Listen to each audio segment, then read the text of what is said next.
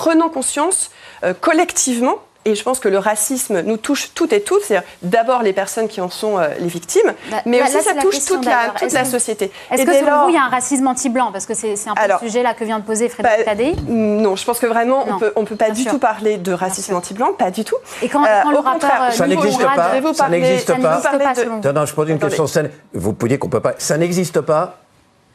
Le racisme anti-blanc, non, je pense que c'est un... Mais comment vous pouvez dire une chose comme ça? Dans la mesure où le racisme anti-noir existe, anti-jaune existe, comment vous pouvez dire le racisme anti-blanc n'existe pas? Quand vous avez le rappeur Nick Conrad qui appelle à tuer les bébés blancs dans ses chansons.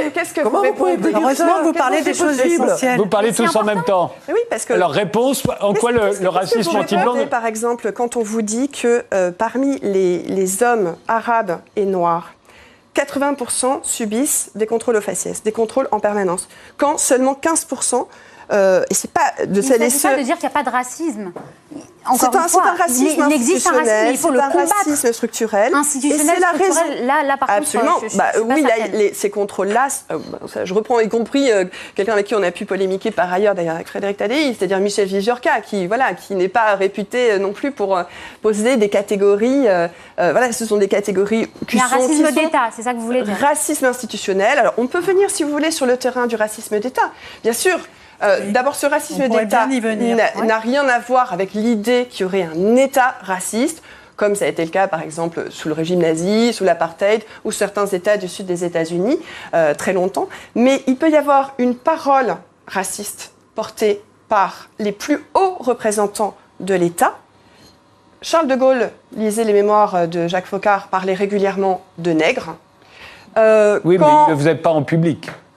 Ah oui, mais c'est quand même... Voilà, maintenant c'est rendu... S'il l'a fait, si Jacques Foccart a raison, ce qui n'est pas... Si c'est pas écrit dans le marbre, vous avez raison, mais il y a des... Vous ne l'avez jamais fait. Vous avez raison, c'est une évidence. Quand Brice Hortefeux parlait de notre petit arabe, quand Nicolas Sarkozy a parlé de l'homme africain, ou des jaunes, etc. Mais il y a aussi... Et ça s'est démontré par la sociologie. Alors, attendez, je vous interromps parce que vous parlez tous en même temps, mais vous n'avez pas répondu quand même.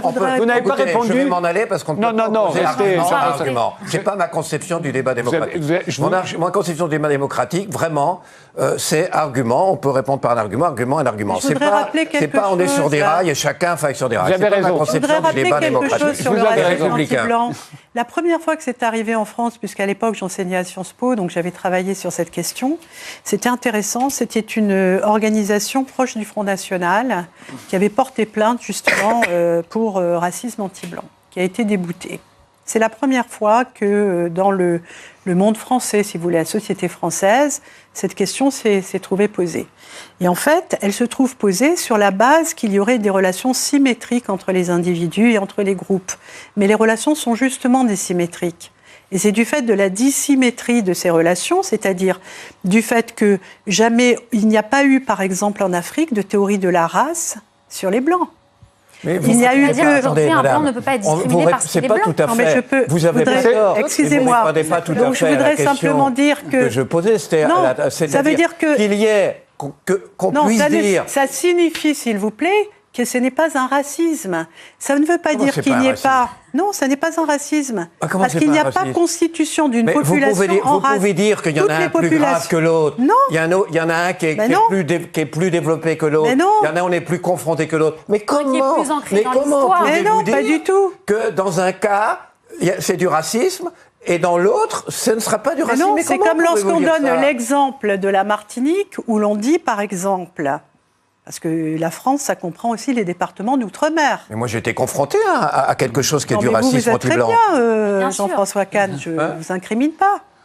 Quoi? Donc, je vous disais qu'on dit, à propos de la Martinique, qu'il y aurait un racisme anti-blanc, qu'il y ait de l'animosité. Il faut travailler sur les sentiments sociaux au lieu d'utiliser le terme racisme comme ça, comme on sert un revolver de sa poche. Mais vous le faites? Mais non.